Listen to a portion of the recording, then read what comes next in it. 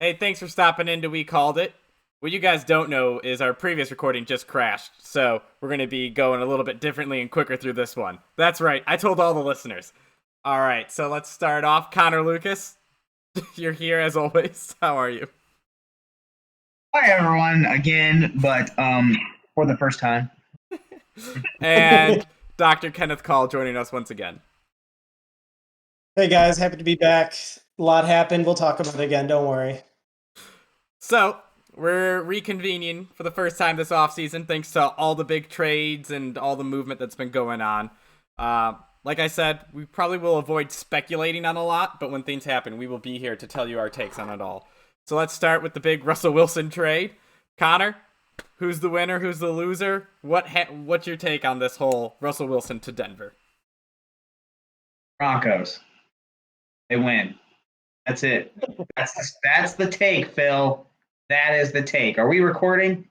Yes, All maybe. right, good. We'll see if it crashes again. The only thing that really matters is you get a franchise quarterback. You lose a draft that doesn't have good quarterbacks. Okay, fine. So if you were going to take one in Denver, which they probably were, okay, you don't have to take a quarterback anymore. You just got a franchise quarterback for the next 6 years. Seattle just completely just crap the bed. There's really no other way to look at it. They're going to need quarterback. They're going to need uh, potentially if they deal Lockett, they're going to need wide receivers. And now that part might be okay, but you still need somebody to throw the ball. I think it's Geno Smith. Yeah, he's good. Don't And forget then they got Drew Lock in the trade. Drew Lock. Yeah, he was good in college. And I mean, I was shocked. I mean, Noah Fant, like he's good, but he's also kind of underperformed. Now he hasn't had very good quarterbacks to throw him the ball, but you watch, like Carroll's going to end up taking these two first round draft picks, drafting defense because he's a defensive guy. He's going to try and rebuild the Legion of Boom. I'm shocked that, truthfully, I'm shocked that he didn't get canned.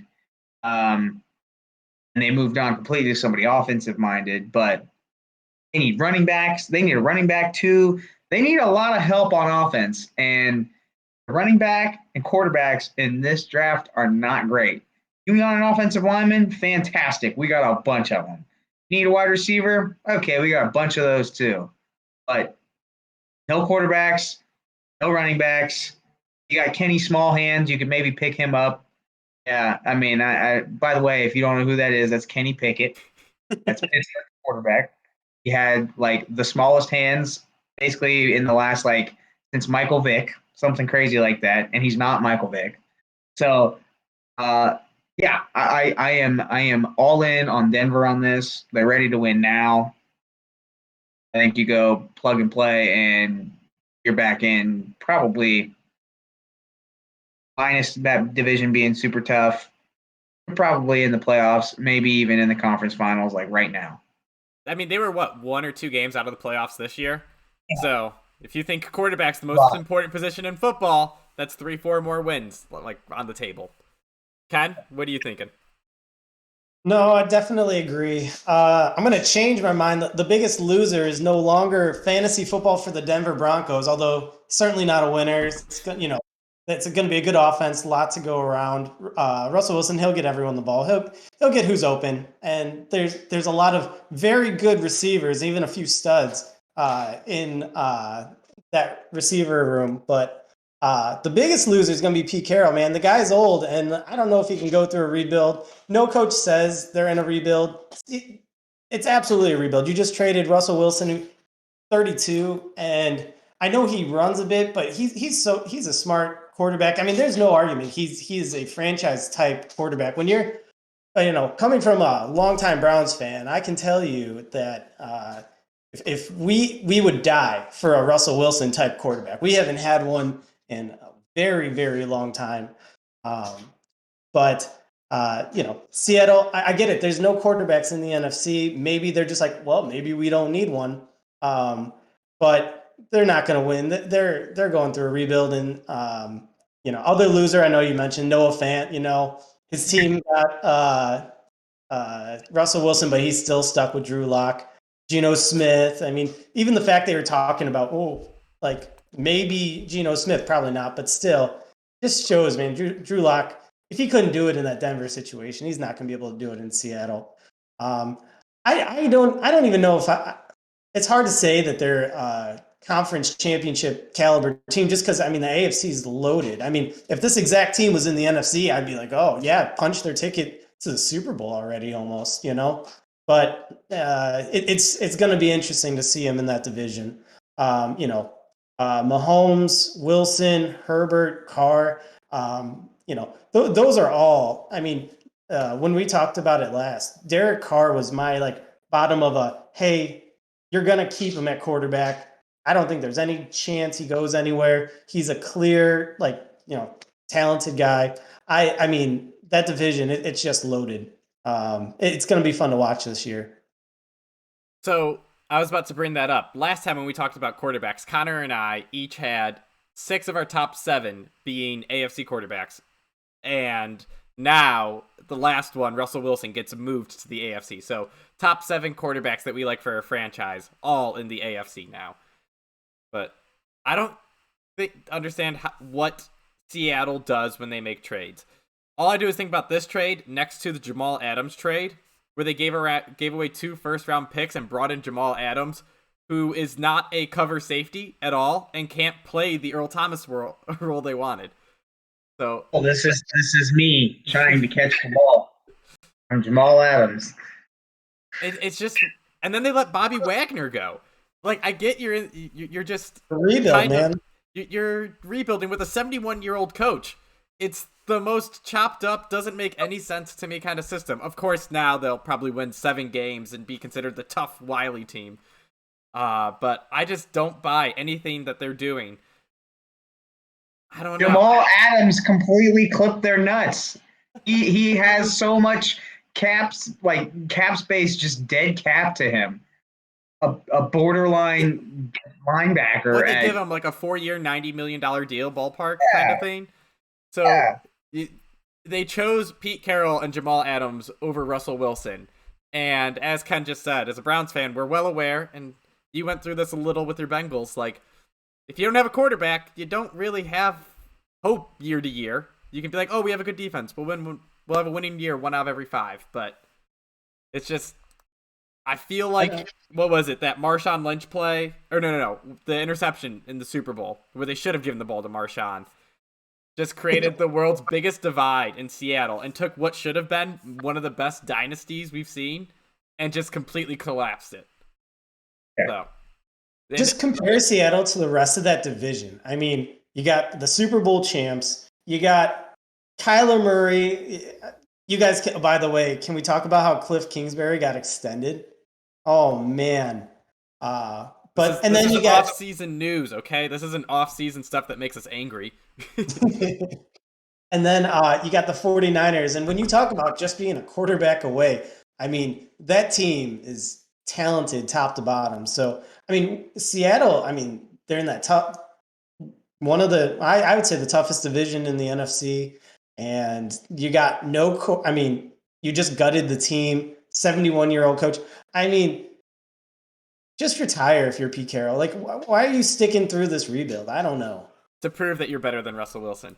Speaking of that, though, so now, talking about NFC quarterbacks, making his way back to the NFC and the NFC East, Carson Wentz, returning from Indianapolis, heading over to the Commodores, which also is, I think, a hilarious name. They had so many better options. But now, Washington has to hope that Carson Wentz can look as good as he did last year, which is just good enough if you have a fantastic team around him to be a wild card playoff team. I don't know. How do you guys feel about it? For Wentz? So real quick, I just pulled up his stats from last year. So for Wentz. Carson Wentz, 62% completion percentage, 3,500 yards, 27 touchdowns, and 7 interceptions. All right, listen to And this. the consensus is he sucks, and I'm in. Like, Just listen to this. He had a 62% completion percentage, but on plays that weren't screened, he had a 50% completion percentage. That's how bad he is. 27-7 touchdown to INT ratio. All right, That's pretty good. If you don't watch the games, if you don't watch the games, and that's what people say all the time. Like, if you don't watch the games, those are good stats. He'll get a lot of his contract and incentive money, and you'll be like, okay, he'll hit, if he had a 25 touchdown and less than 10 interceptions and whatever, he'll hit those. So the two big things that really changed my mind on him and really said it, really. One, first off, if you watch those games, I mean, he would throw play action for a 1-yard touchdown so often. I mean, that 27-7 ratio is ridiculous and definitely didn't show what we saw on the field. But we even talked about it. Jonathan Taylor, they used Jonathan Taylor to hide Carson Wentz all year. Yeah. And more important than that, he was a win and in situation against one of the trashiest teams in the league. And not only, it wasn't that he lost, it is, but the way he did it, it was embarrassing. It wasn't even that really looked like an NCAA versus NFL team out there. It was horrible. And so a lot of reports coming out of Indy are that he's not a leader, period. He didn't make anybody better. He didn't raise his team. He didn't have the respect of his teammates. And as a quarterback, I mean, that is essential. And he might try hard. He might, he holds on to the ball. He tries to make a big play. But, if you don't have the backing of your team and you're that type of player, I just don't know what you're missing. But that's the it factor. And the trade price really reflects that. Phil, do you have the trade price up? I can find it. Go ahead. Connor, any thoughts while I look this up? Listen, I think it's an upgrade from what they have. I mean, sure. Mr. Taylor Heineke all year. Mr. Heineke. I knew you were going to say that. Oh, I knew I was going to throw the words I said back in my face. How rude of me. I knew you were going to say that because Heineke is like a lesser version of Fitzmagic. He'll come in and he is the southpaw, the curveball, the closer, but he can't start games, okay? Can't win you games. He had the whole season to win them games, and he could win some games. But he's not a franchise quarterback, and neither is Wentz. But sometimes you might go with somebody who's physically more gifted. If it's a wash, you're going to go with somebody physically more gifted. So I believe that Wentz is more physically gifted. I would not have done this deal. I would not have eaten all of the $20 million per year that's going to be owed to Wentz. But is it better than Heineke? Would I not do this deal? Yes, I would not do the deal. Is it maybe an upgrade slightly only for the physical? Yes. So if you're going to do it, okay, fine. Does this remind you of the movie Semi-Pro when they're sitting there chanting fourth place? But it's fourth place in the NFC, not in their division. You got it, and they cleared Landon Collins' cap space for this. So I'm that's a good safety, not a great safety, but he's better than Jamal Adams. I don't know what else they do because they got a good running back. They've got Terry. I mean, they've got some pieces, but I guess they're just kind of hoping what everybody else does. I think somebody sent me a meme today that was hey, everyone else who's done that is delusional. Wentz, it's delusional. It may work for us. That's the scene from Arrested Development. Yeah. Exactly. Yeah, no, my biggest issue with it is, like you said, it's a $28 million associated with Wentz. The pick compensation. It's like third and fourth rounders, and then they swap second rounders, so the Colts actually move up in the draft. Okay. So the Washington loses out there, but then they get like a couple thirds and maybe a second or something like that. But I'm paying them $28 million now. That cost me what? I'd say 3 starters, and I'm like pretty good starters at that. So if you're trying to build that team around a bad quarterback, you need that money.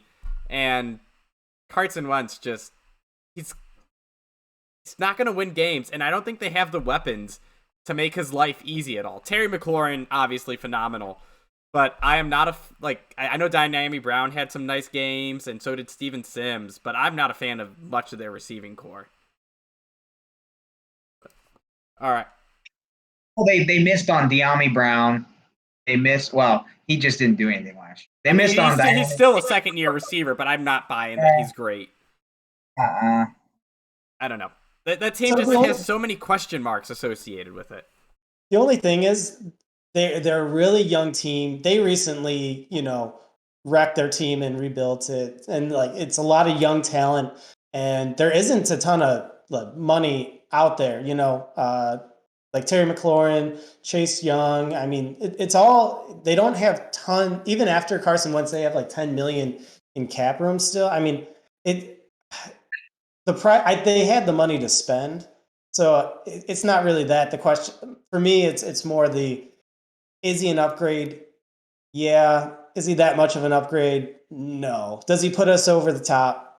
No. Don't get me wrong. If he does, great. I love his style of, I want to make big plays. Sometimes I mess up when I do it. It makes for an exciting game. It makes for good commentary. He's either, a hero or a villain, depending on whichever team you're rooting for. But at the same time, I don't know. If you couldn't do it, you failed miserably to end with the Colts. I mean, really, what are the expectations here? I mean, that Colts team we were talking about, good defense, good line, good running back. He didn't really have the best receivers to throw to over there, but at the same time, that was a very solid team, and he couldn't cut it. It was a Carson Wentz situation. So I just want to make this clear. You're over here saying, well, they had the money, so they should spend it. But you're talking. No, I'm saying it's not the biggest deal. No, don't just spend money because you have it. I was about to say, I'm over here looking at DiGiorno pizzas with stuffed crust and saying, I have the $2, but it's just not worth it. Give me the regular crust, okay? It'll fill my needs just as much, and that's Taylor Heineke. He's a rising crust pizza. By the way, in this analogy, I'm going with like Russell Wilson is like a Jets pizza, so something you order out and is really good. All right, let's go on to the Colts situation now. We're just gonna go quarterbacks, how they all moved, and they are left with Sam Ehlinger and Jacob Eason at quarterback. I want to say. And I think Jacob Eason got waived. I don't even think they have him. All right, that's even worse. So they have Sam Ehlinger. The only options I have written down as available right now is going to be like Jimmy G, Deshaun Watson, and I could see them grabbing like Cam Newton if they had truly nothing to start. I just don't know where you go because Jimmy G has shoulder surgery. Deshaun Watson is an in-division rival who I doubt Houston would trade to them. So I feel like they're going to have that awkward veteran starter, Tyrod Taylor, Case Keenum, someone come in and just make their team kind of float until they can figure something out. Because they don't have a pick either. No first-round pick this year. So real quick, I believe I didn't confirm when I was looking into it, but Jimmy G's injury is a labral surgery, and it's the same thing that Baker's doing, but you can anticipate a full recovery certainly by the beginning of preseason. I'm not too concerned with him missing time, but he's not even on their team yet. And really, the bigger one is Deshaun Watson. Who knows when he's going to play? So it does turn out I was wrong in our group chat, and he sat out all of this year. Deshaun Watson could have played. Now, if he wasn't sitting out, would the commissioner have, put him on the commissioner's exempt list? I don't want to get into that. I hate commissioner suspensions more than anything in the NFL. We don't speculate here. Okay. We spit facts Okay. that we The don't point is, confirm. yeah, Deshaun Watson's probably gonna miss some time next year, so he can't be counted on as being the only starter. So I mean, they're really between a rock and a hard place in terms of quarterback. Connor, any thoughts on where they should go, what they should do? So, listen, I think Jimmy G is good. I think he'd be and this is like what Ken said. Ken said, right, you've got one of the best offensive lines and arguably the best running back in the NFL. That hit a lot of Carson Wentz's problems. And Jimmy G fits the mold, right? However, I just remember Irsay coming out after Carson Wentz blew the season, making a Twitter post saying, we're basically going to do whatever it takes. We're going to look top to bottom to do whatever it takes to get to the playoffs or to the AFC Championship. He made a statement. Now he's kind of a wily, weird, kind of like, cheap version of Jim Jones, or not Jim Jones, Jerry Jones, not Jim Jones, Jerry Jones. I feel like they're going to try and make a splash somewhere. I was about to say, I was just looking at this. Matt Ryan. What do you think about Matt Ryan? You know how I feel about Matt Ryan. I know how you feel about Matt Ryan. How do you think the Colts fans and Colts front office would feel if they brought in Matt Ryan? Former MVP. Was it 2017? That wasn't that long ago, guys.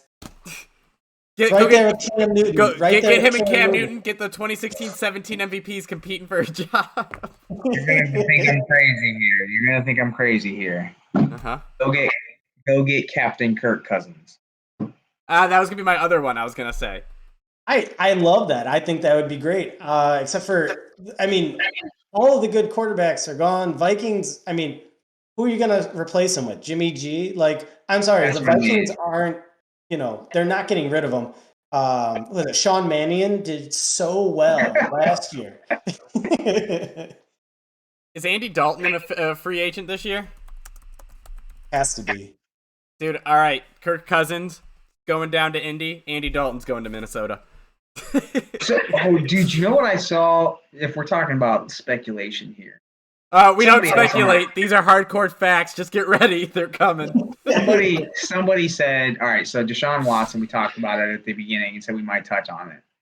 Got a grand jury thing. I saw a lawyer. There's a NFL lawyer that's posts. He posted all on, Yeah. And he was saying, all right, so this could be the biggest development this Friday. Grand jury meets, which means they're discussing criminal charges, but it could be the biggest development for the other way, because if they could basically turn around and be like, yeah, he's not a criminal, and it's going to be settled civil suit, which means somebody's going to take a shot.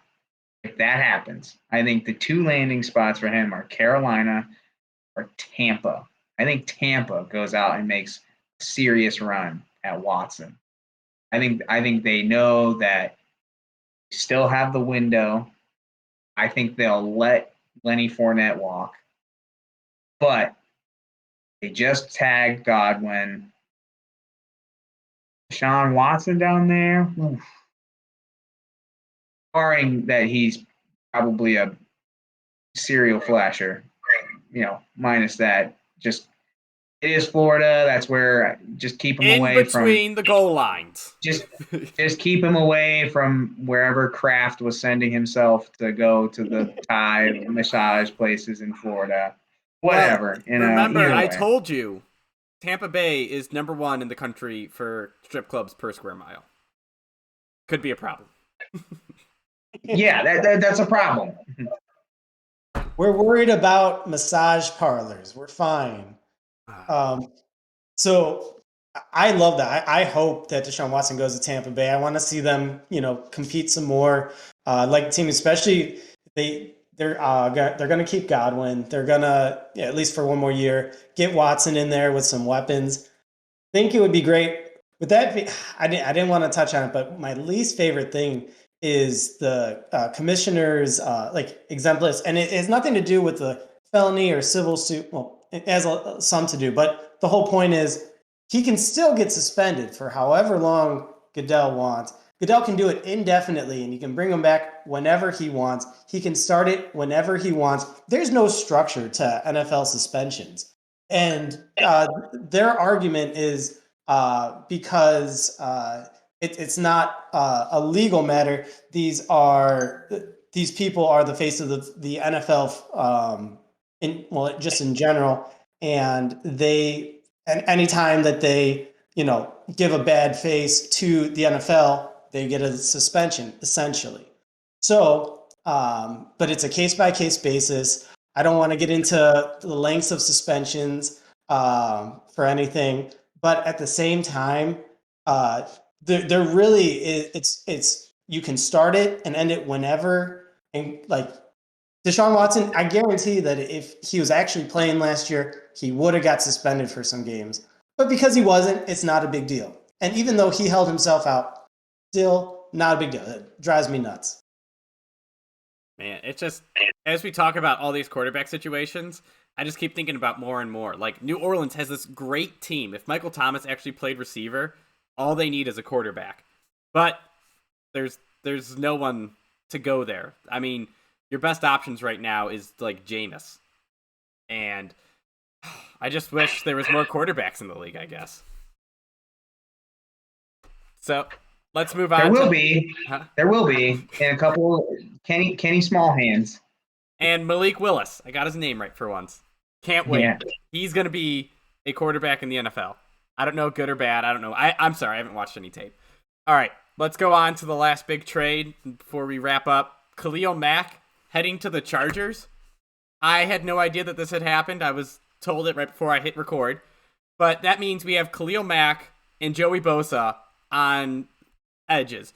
And before we get into what that means from like a team standpoint, can two players be at the same position on the same team and both be elite? Oh, absolutely. As long as one's not better than the other and they're both elite. One can't be elite, another one can be elite-er. That's not how it works. Sorry, elite is elite. Best of the best. All right, we're not doing that. I'm gonna check out. I took a deep breath. Khalil Mack is above Joey Bosa clearly, but Joey Bosa is an elite pass rusher.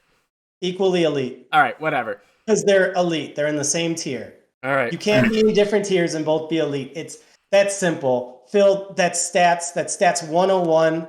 I didn't take that class, but I know it's there. No, that's stats. I can define anything how I want. Connor, deep breath, and then tell us what you think this means for the Chargers. It means T. Higgins and Jamar Chase are elite. Okay? That's what it means. That's what this means. I don't care. Anyways. You guys have to stop with Cincinnati homers. That's what it means. It means that Chargers are going to pay out the wazoo to win. They're going to pull a full LA. They're going to go the other side of LA. Say, hey, Rams, you did it. You won. They're going to go full scorched earth. They're paying out the wazoo to get everybody. That's what's going to happen. I love it. Let's do it. All right. Good. Love T. Higgins. Love him. He's very good. He is very, very good. He's even a stud.